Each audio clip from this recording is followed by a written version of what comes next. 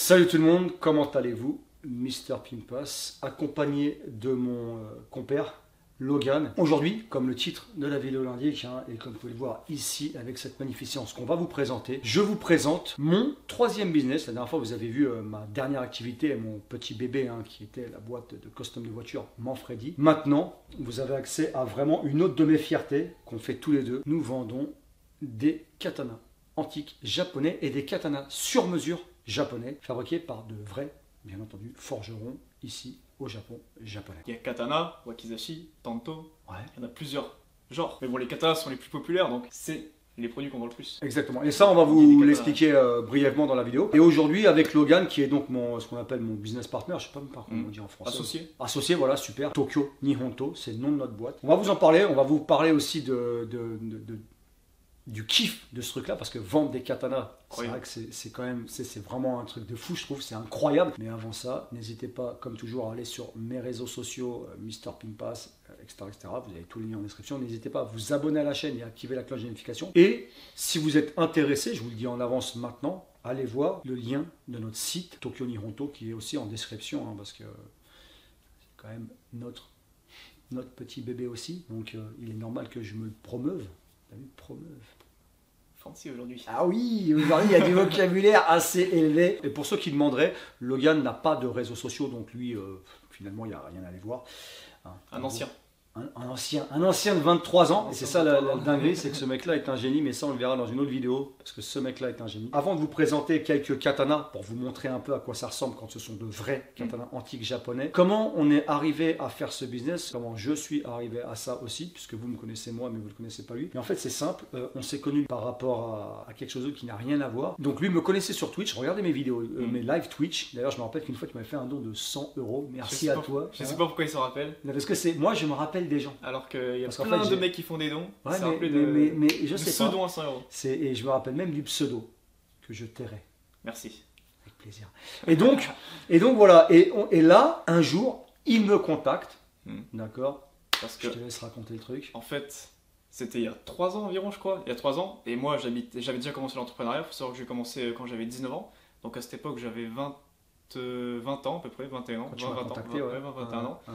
Et en fait, il faut savoir que moi j'ai déjà une boîte, je vendais déjà des katanas depuis 1 an à peu près, je pense. Sauf que c'est des répliques en fait. Ça et les répliques que je vends, ça n'a rien à voir en fait.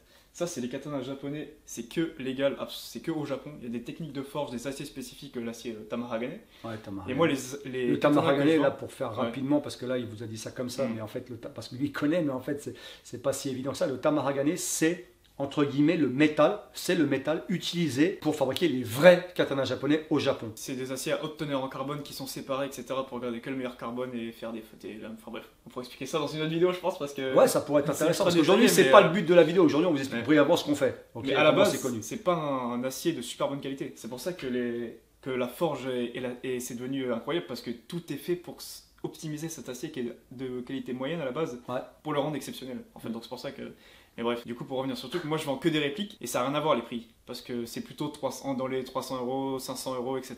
Ouais, c'est vraiment des trucs pas cher. Gamme de prix. Voilà, ça n'a rien à voir. Toi, à l'origine, on est d'accord, donc tu as des sites de vente de répliques de katanas qui sont plus un peu style des katanas à l'image des animés. Répliques de manga, répliques, etc. Et donc en gros, il m'a contacté pour faire une sponsor de son site de répliques, qui ne sont donc pas de vrais katanas, qu'on s'entend bien, d'accord. Et je me suis dit, ouais, pourquoi pas, c'est marrant. Et puis en plus, c'est sur les katanas. Vous avez vu mon intro Twitch avec de moi devant la voiture en costard avec un katana placé dans le costard. Donc je trouvais ça stylé. Je l'ai appelé, je lui ai proposé qu'on se voit, parce qu'il devait venir à Tokyo pour la première fois pour 3 mois. Et je lui ai dit, écoute, on va se voir. Moi, j'avais une idée en tête. Je me suis dit, mais attends. Je vais lui proposer de s'associer pour lancer notre boîte. Cette fois-ci, qui n'a rien à voir. Moi, je ne suis pas du tout associé avec lui dans ses boîtes à lui, c'est dans tes boîtes de répliques. Mais moi, je voulais qu'on crée un truc totalement différent, à part que lui et moi, une boîte de vente de Nihonto, de katana antique japonais. C'est comme ça que ça a démarré. Je l'ai rencontré, je lui ai proposé le truc. Et moi, vu que j'avais déjà, comme vous le savez, toutes les structures au Japon, avec les boîtes que j'ai au Japon, j'avais déjà toute la logistique qui permettait de faire ça. Parce qu'il y a beaucoup de procédures pour faire un katana. C'est pas t'achètes, tu vends. C'est pas comme ça que ça se passe. C'est très complexe. On va pas vous parler de ça ici. C'est pas le but. C'est pour ça que je ne pouvais pas le faire depuis l'étranger d'ailleurs. Exactement. Parce que depuis l'étranger, c'est impossible. Ouais. Et donc du coup, cette cette opportunité m'a intéressé parce que je pouvais commencer ce business sans même habiter au Japon. On s'est mis d'accord sur les termes. J'ai tout de suite senti, les amis, que lui, quand je l'ai vu, j'étais comme ça. Je vous jure, j'étais là. Et il m'a bien eu. Ça sent bon. J'ai vu arriver. Et lui, j'ai pas vu un homme. J'étais en live quand j'ai vu.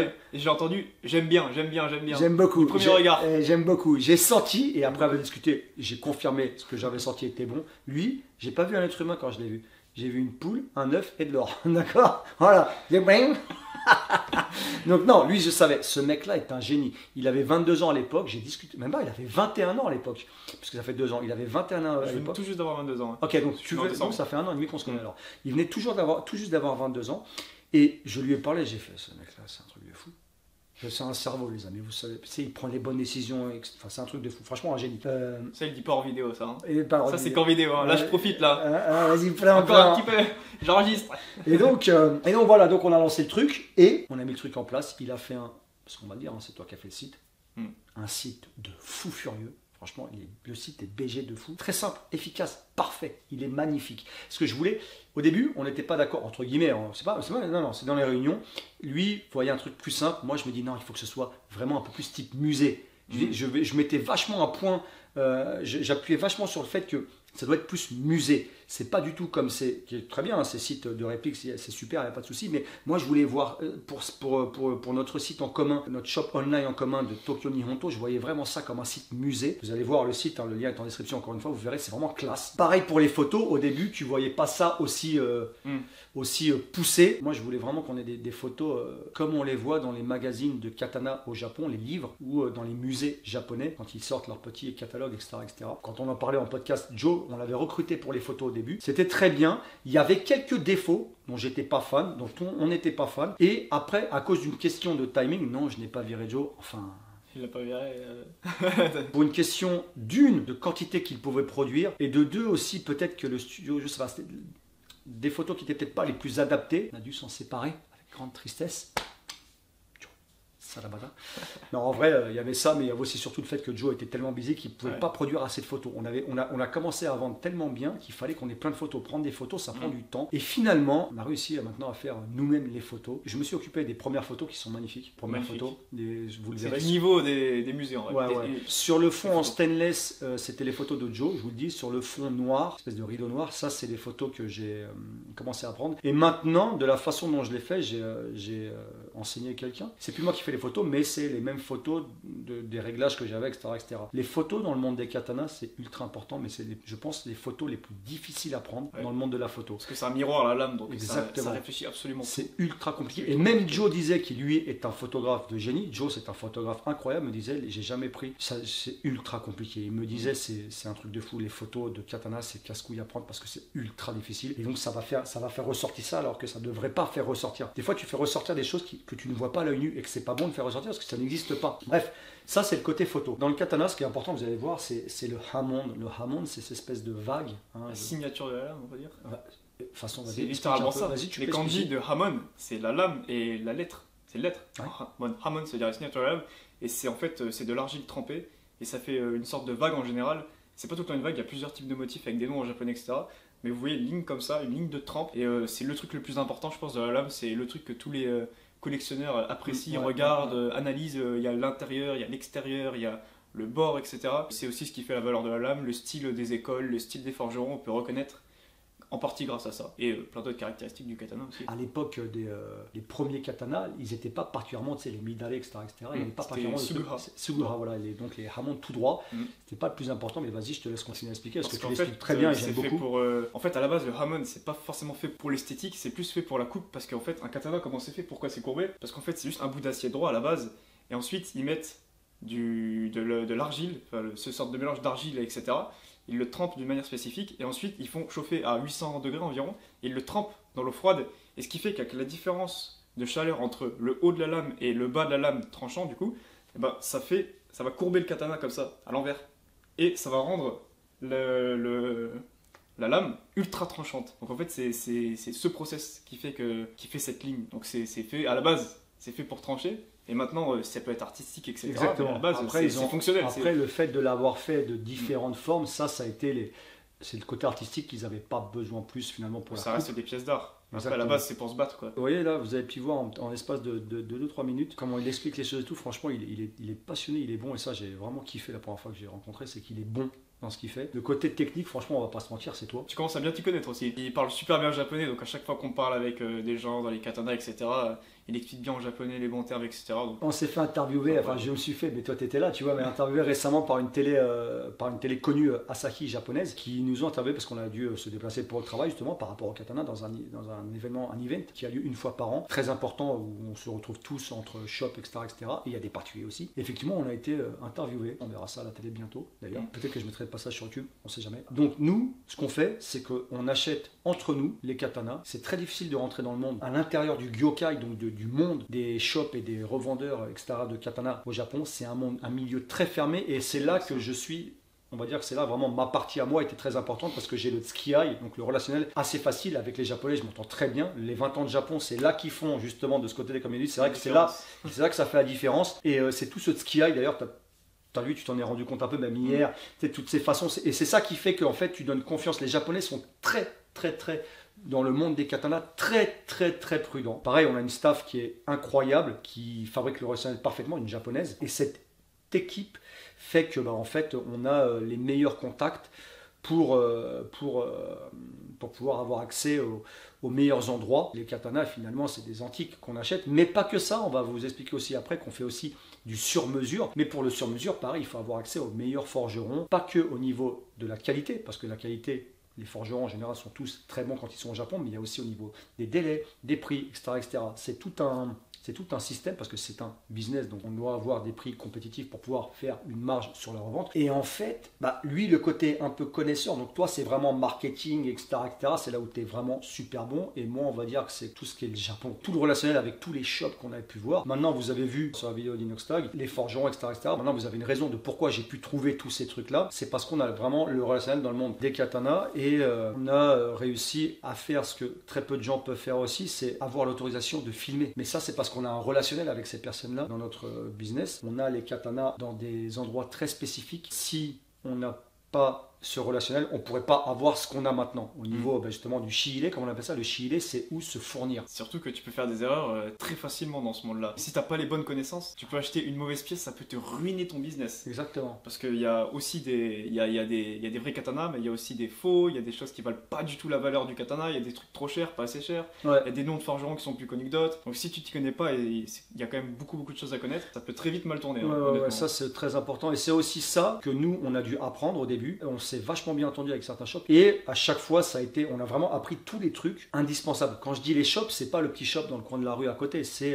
chez le gars dans sa maison où il a des stocks de katana incroyables, etc., etc. Ils nous ont montré des trucs un peu, il faut faire attention à ci, à ça, etc., etc. On va pas rentrer dans les détails, mais il y a pas mal de trucs. Ne vous impatientez pas, vous allez voir cette beauté. Ça d'ailleurs, celui-ci c'est un Muromachi, celui qu'on a ici. 700 ans en arrière. Je sais pas si tu vois la première fois, c'est un truc de fou. La première fois que j'ai sorti un katana de son fourreau, qu'on appelle le saya en japonais, eh bien ça m'a fait des frissons, hein. Ça m'a fait quelque chose, tu sais, tu vois ce que je veux dire ou pas, ça fait, parce que tu sors l'âme du katana, tu sors toute une âme, tu sais que ce katana là que tu as dans les mains, c'est une dinguerie, mais plusieurs samouraïs qui ont fait des batailles incroyables ont aussi sorti le même katana. Je sais pas si tu vois l'impression la première fois que tu en sors. Au fur et à mesure on s'habitue, mais il y a quand même à chaque katana qu'on achète, on a toujours ce truc quand on le sort pour la première fois. Là par exemple ce sont des katanas qu'on a en stock, alors je les ai chez moi ceux-là, il y en a d'autres que j'ai en stock qui ne sont pas ici, mais voilà en gros à quoi ça ressemble. Et je vais être honnête avec vous les amis, hein, c'est vraiment une sensation assez particulière d'avoir tout ça à la maison, tous les jours à portée de main, donc tu peux les regarder, tu peux les sentir, tu peux vraiment, enfin c'est vraiment extraordinaire. Et ça en gros c'est le stock, alors il y en a d'autres qu'on n'a pas ici, mais ceux qui sont prêts à être envoyés, on les met en général ici, et ceux qui ne sont pas encore enregistrés, parce que les katanas il faut les enregistrer, eh bien je les ai chez moi. Et d'ailleurs, je pense qu'on peut commencer à en sortir. On peut le montrer. Et d'ailleurs, l'état est toujours incroyable, alors que ça fait 700 ans quand même. Il faut savoir que les sacs, les fourreaux, ce qu'on appelle koshira, etc., n'ont pas 700 ans parce que le bois, tout ça, ça se détériore facilement. C'est la lame qui a 700 ans. À la limite, les tsuba, la garde aussi, elle peut être ancienne. Le reste, c'est assez compliqué. Et là, quelque chose qui est important à savoir, c'est que alors déjà, déjà, bon, c'est magnifique. Le truc qu'il faut savoir, c'est que malgré tout, même si la lame est ancienne, le Koshidae, donc tout le système Furo avec l'Atsuka, donc le manche ici, la garde qui est donc la Tsuba, etc., les Fuchikanagu, donc toutes les petites pièces que vous avez ici. Il faut savoir que tout ça, c'est quand même assez vieux. Par exemple, un Kamakura de l'époque Kamakura qui aurait 800, 900 ans, avoir un Koshidae et un katana Dojidai, comme on dit, Dojidai, ça veut dire de la même époque. Il faut savoir que c'est très rare. Et à l'intérieur, il y a les signatures des forgerons, il y a l'école, la date des fois. Et avoir un katana ancien avec ça, c'est ultra rare. C'est ce qu'on appelle un zaime avec le nom. Et quand il n'y a pas le nom, en fait les katanas, ils ont changé de main de samouraï à samouraï. Ça a changé de main. Ça se vendait dans le marché de l'occasion à l'époque des samouraïs. Chaque samouraï n'avait pas la même taille, donc il devait couper. C'est ici qu'il coupait pour faire le réglage. Il coupait pas la lame, il coupait le nakago, ce qui est à l'intérieur. Donc la partie en métal à l'intérieur, c'est le nakago. Il coupait ça. Au fur et à mesure de couper, quand ça changeait plusieurs fois de propriétaire, eh bien les noms disparaissaient puisqu'il coupait le nom, il coupait le nom, il coupait le nom. Et vous voyez, le trou ici pour le mekugi, c'est le petit bout de bois. Bon là vous le voyez peut-être pas, mais le petit bout de bois qu'on voit ici, qu'on appelle le mekugi, tu dois trouer pour le faire essayer. Des fois, tu vois qu'un katana a servi à plusieurs samouraïs quand tu vois plusieurs trous des fois, tu vois. Donc ça, c'est assez intéressant aussi. Tu vois qu'il a vécu. Et quand tu sors le katana, faut vraiment faire attention quand tu ouvres un katana, qu'il y ait personne autour, etc. C'est très important. Et donc là, je vais tirer le saya. Vous voyez, c'est pas le katana qui bouge, mais c'est le saya en fait. Et là, on pose. Et là, quand tu prends un katana, la façon de commencer la visualisation du katana, regardez, tu regardes ce qu'on appelle le sugata. Le sugata, c'est sa forme, sa shape. Tu le mets droit devant toi. Alors là, je me baisse un peu pour vous. Première chose que tu fais, tu regardes son sugata comme ça. Son sugata, c'est sa forme entière. Tu peux voir sa courbure qu'on va appeler soli en japonais. Des katanas qui sont plus droits que d'autres, des katanas qui sont beaucoup plus courbés que d'autres. Et quand tu le regardes comme ça, déjà, tu peux voir la beauté. Tu peux voir toute la beauté de ce katana. Il faut savoir que celui-ci, c'est un magnifique muromachi. Quand tu te dis que ce que j'ai dans les mains là a environ 700 ans, c'est quand même, je ne sais pas si tu te rends compte un peu de la magnificence du truc. Et une fois que tu as vu le sugata, c'est là que tu vas commencer à regarder le katana en détail. Tu le prends ici et tu regardes le hamon. Tu le regardes vraiment précisément, vraiment partout en détail, avec la lumière qui reflète sur la lame, d'accord. Tu peux tout voir, tu vois bien la forme du hamon, d'accord, et tu vois bien les petites égratignures qu'il pourrait avoir, etc., etc.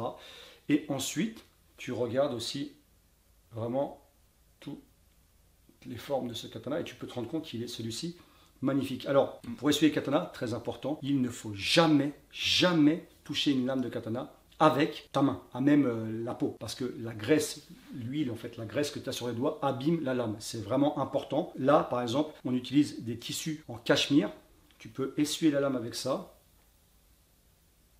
sans risquer d'abîmer la lame. Avec ça, c'est très important. C'est pas que tu prends n'importe quel papier, n'importe quel matériel pour essuyer un katana. Je sais pas si vous voyez la dinguerie. Je pense qu'on voit pas beaucoup avec la lumière. Avec la lumière, ça va être compliqué. Ici, c'est très compliqué. La lumière du haut, je pense. Je sais pas si ça focus bien, mais voyez la pointe qu'on appelle Kisaki. Elle est vraiment magnifique. Et ça, c'est toute la beauté. Vraiment, Et quand tu ranges le katana dans le fourreau, pareil, tu vas prendre le saya, tu vas le lever comme ça, et tu vas ramener le saya jusqu'à la tsuba, et à la fin, clac. Ce petit qu'on entend est toujours ultra satisfaisant. C'est vraiment un son incroyable. Celui-ci a ce qu'on appelle un kanteshio, qui est donc un certificat officiel pour ce katana. Un katana qui n'a pas de certificat ne veut pas dire que c'est un faux ou quoi que ce soit. Donc ce genre de certificats, vous voyez, qui sont des certificats délivrés par la NBTHK. Société de préservation des épées japonaises. Voilà, et ben voilà. Merci à toi. Toujours, vous voyez, ce côté pro qu'il a et ce côté...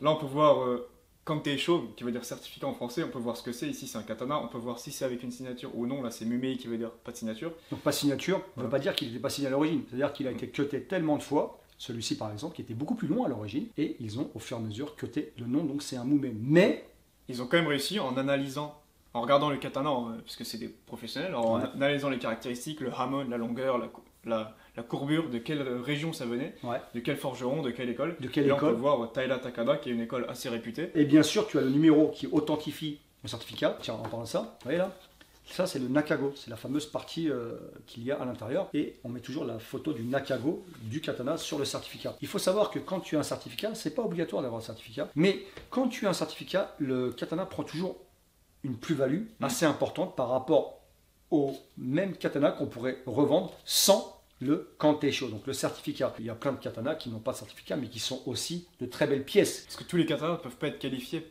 pour... déjà, il y a une certaine période, il y a certaines caractéristiques nécessaires. Il y a des, par exemple, il peut être incroyable, mais s'il y a une petite cassure ou une petite blessure, enfin, kisu en japonais, blessure, si un petit, pas défaut, mais un petit pet, eh ben, il peut être exclu du certificat. Et vu que ça prend 6 mois... c'est ça, c'est qu'il y a 4 levels dans tout ça. Ça peut prendre entre 6 mois et 2 ans pour avoir les certificats. Tout dépend des levels de certificats. D'accord, il y a le Hozon, Tokubetsu Hozon, Juo Token, Tokubetsu Juo Token. Alors ceux-là, tu peux les importer. Après, il y a un niveau extrême qui passe à des centaines de millions de yens, les Juo Bijutsu Hin, etc. Juo Token Bijutsu Hin, enfin je ne sais plus exactement, mais bref, ça c'est des katanas qui peuvent être vendus qu'à l'intérieur du Japon. Moi, je crois que je me suis planté sur le terme by the way, mais c'est des katanas qu'on n'a jamais entre les mains. Donc pour l'instant, ça ne nous concerne pas vraiment. Un autre magnifique avec un Koshilae, comme vous pouvez le voir, vraiment très stylé, qui date de l'ère Showa, donc beaucoup plus récent celui-ci.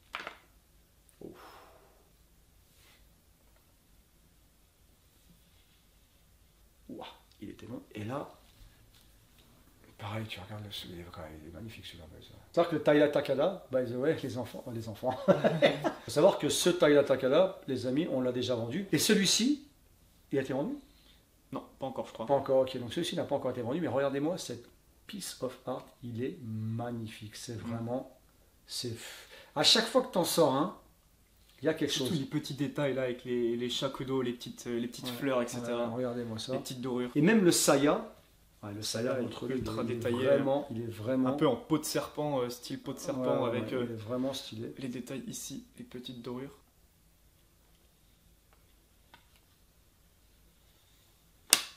Toujours agréable. Mais il faut savoir qu'on ne fait pas seulement de l'antique, parce qu'en fait, on a eu des commandes de personnes qui étaient intéressées par du sur-mesure. Donc du sur-mesure, qu'est-ce que c'est? C'est un katana qui n'existe pas, mais qui va être fabriqué sur mesure à la demande du client par un forgeron actuel. Donc les forgerons actuels, ce sont de vrais forgerons japonais avec qui nous bossons, avec qui nous sommes en relation, à qui on commande des katanas selon la demande du client. Aussi souvent dans les katanas sur mesure, les clients ont des demandes, mais souvent nous laissent choisir. Par exemple, le Koshilae, le fourreau, tout le système de fourreau, nous demande aussi, écoutez, je vous laisse faire pour le Hamon. Donc le Hamon, rappelez-vous, c'est la signature sur la lame. La taille aussi, certains ne le savent pas, mais certains ont des demandes spécifiques. Et là, on a la chance d'avoir ce katana qui a pris un peu plus d'1 an à être fabriqué, Koshilae compris, qui vient d'arriver hier. On va pouvoir maintenant pas l'envoyer tout de suite parce qu'il y a des démarches à faire avant d'envoyer, mais bref, on va pouvoir faire les procédures d'envoi. Et ce katana est un pur sur-mesure, est une beauté. Alors ça coûte assez cher, il faut savoir que le prix des katanas peut varier, mais les sur-mesures coûtent en général beaucoup plus cher que les katanas antiques moyen de gamme. Parce que les katanas, ça peut aller en prix d'occasion, ça peut aller de 350 000 yens, qui serait quoi, du 2700 €. Ça peut aller jusqu'à des 500 000 €, des sommes encore plus, des 1 million d'euros. Il y a des sommes, ça n'arrête jamais, vous voyez. Donc c'est pour ça que je dis, entre guillemets, donc du plutôt bon marché, quand tu as un katana à 500 000 yens ou à 600 000 yens ou à même 400 000 yens, donc entre 2700 et 5000 ou 6000 €, jusqu'à même 10 000 €, c'est plutôt bon marché, entre guillemets, dans le monde des katanas, d'accord. Celui-ci, par exemple, coûte un prix assez conséquent. On va pas vous dire le prix parce que c'est le katana d'un client, d'accord. Il va être très content du produit et ça, j'ai hâte d'avoir sa réaction parce qu'on est toujours content quand le client est satisfait et qu'il nous dit franchement c'est incroyable. On a souvent des clients qui nous disent après réception c'est magnifique et ça fait super plaisir parce qu'on est très fiers du produit qu'on vend. C'est les katanas qu'on vend, on veut que les gens ressentent ce qu'on a ressenti quand on les a achetés nous en premier. Et là pour le coup le sur-mesure quand on l'a tenu entre les mains, c'est quelque chose d'incroyable.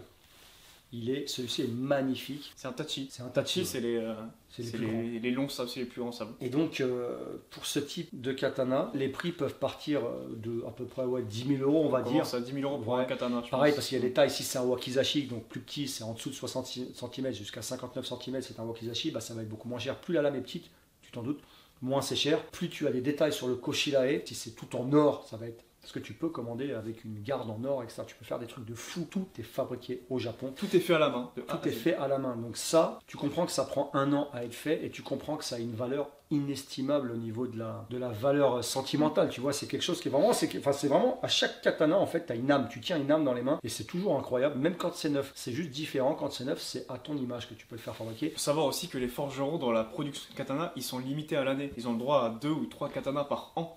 Ouais. Donc, ce qui fait que c'est vraiment ultra rare d'avoir un katana de ce forgeron, puisque dans l'année, il va en faire que 2 ou 3 en fait. Ouais, donc exactement. C'est pour ça que ça prend très longtemps. D'où le fait que, par exemple, le katana que vous nous avez vu faire avec lui et son équipe, le katana qu'Inox a commandé, c'est pour ça que je vous le dis, il l'aura d'ici 2 ans ou 3 ans. Ça va prendre énormément de temps. Là, 1 an et demi, c'est déjà bien. C'est une date qui est, enfin c'est un Noki comme on dit, je sais pas, un temps de fabrication qui est assez rapide. On a eu de la chance, mais tu vois, tout dépend du forgeron et de ses commandes. À ce moment-là, ça peut prendre longtemps. Donc là, il nous a dit, par exemple, pour le katana d'Inoxtag, ça prendra environ 2 à 3 ans. Je ne sais pas si tu vois un peu la dinguerie au niveau du temps. Mais par contre, c'est très important de savoir que ce soit un katana antique ou complètement neuf, il n'y a pas de mieux ou moins bien. Donc en fait, si vous voulez un katana fait au Japon, vous avez que 2 choix. Les Shinsakuto, donc les katanas faits modernes, comme cela, ou les katanas antiques. C'est les 2 seuls moyens d'avoir un vrai katana fait au Japon. Et tous les autres katanas qu'il y a au Japon, que vous voyez des fois dans les boutiques en tant que touriste, c'est des lames en aluminium non tranchantes, parce que c'est interdit d'avoir au Japon des lames tranchantes autres que des katanas en fait. Et autre chose, vous ne pouvez pas venir au Japon, tiens, j'ai envie de t'acheter un katana et je repars. Tu ne peux pas ramener ton katana. Il y a plein de procédures pour l'autorisation d'envoyer à l'étranger, d'accord? Pareil, ça c'est que les professionnels tels que nous qui pouvons être autorisés à faire ça. Il faut avoir les droits, par exemple Tokyo Nihonto, on a les droits pour pouvoir vendre ça. Donc voilà les amis, pour la révélation de mon dernier business, qui n'est pas mon, mais notre business, maintenant que la vidéo est faite avec lui, je peux vous le dire. Et j'espère que ça vous a fait kiffer. Sachez que nous, c'est un plaisir de fou. Si vous avez kiffé, que de temps en temps vous voulez des petites vidéos où je vous montre des katanas, vous pourrez faire une chaîne YouTube que sur ça, vous me faites savoir. Mais voilà, donc en gros, vendre des katanas au Japon, je pense que c'est le degré grotesque. Hein. Ouais. C'est le rêve de tout C'est homme. un truc de fou. T'imagines, t'es au Japon et ton business, un de tes business en tout cas, c'est vendre des katanas japonais. C'est magnifique. C'est une fierté incroyable. Si vous avez aimé la vidéo, les amis, n'hésitez pas à bombarder le like, à dire ce que vous en avez pensé en commentaire. N'hésitez pas à aller sur mes réseaux sociaux, mais aussi sur le site Tokyo Nihonto. Si vous êtes intéressé, allez-y, allez sur le site, vous allez voir ce qu'on a, vous allez kiffer. Même juste pour aller voir, vous allez voir la beauté des photos. Bibi a pris beaucoup de ces photos. Elle savait que je suis tout le temps fier de ce que je fais. Elles sont... un piece of art du muséum. Je pense qu'elles sont magnifiques. De toute façon, si on n'était pas satisfait, on aurait pris quelqu'un qui est meilleur que moi. Il n'existe pas. Je savais qu'elle allait dire ça. Je le savais. Je l'attendais. Il me connaît. N'hésitez pas à vous abonner à la chaîne et à activer la cloche de notification pour ne louper aucune vidéo. Il y a encore des vidéos de fous qui vont arriver. Dites-nous si vous voulez que je fasse avec Logan une chaîne spécialisée pour les katanas ou si vous voulez que j'en mette de temps en temps sur la chaîne Mr Pimpas. On continue comme ça à tout mélanger, les voitures, les katanas, on fait le bordel. Moi ça me dérange pas tant que vous êtes là pour regarder. Qu'est-ce qu'on a rajouté? On va te faire. Moi je t'éclate. Je t'éclate tout de suite. Les bras de fer, je t'éclate, c'est dingue. Avec le katana, tu perds. Voilà, je t'attrape, je t'éclate. Les bras de fer, les yeux fermés. Et avec un doigt, je t'étale. Avec les petits doigts. Ouais. C'est une catastrophe. 面白いお前。あ、お前こそ面白いよ。しっかりしろ。いや、面白くねえよ。もう一瞬で終わらせる。一瞬で。スッて終わり。それでは、さらば。だ。あら。えいよ。チャオ。